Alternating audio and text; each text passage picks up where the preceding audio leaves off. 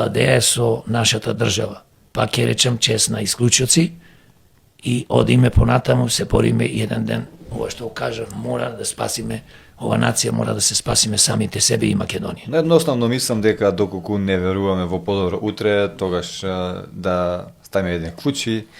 Ама мислам дека и вие верувате во подобро утре, не за џабе се вративте од Соединетите Американски држави, да се обидите да направите нешто добро, се надевам, за Македонија. Следното прашање ми е, еве, ако денес имате можност да го напишете новиот изборен законник, кои би биле трите најважни работи што би ги направиле? Видите, кој се насмеа, бидејќи тоа не е доволно трите најважни работи, но ќе спомнам, се разбира. Значи, најважни работи е прво изборниот законник да спречи спроведување на криминални избори. Тоа значи на секој избирачко место да се постават камери. Камери кои што ќе бидат уклучени нон-стоп и не можеш камерата да ја лажеш.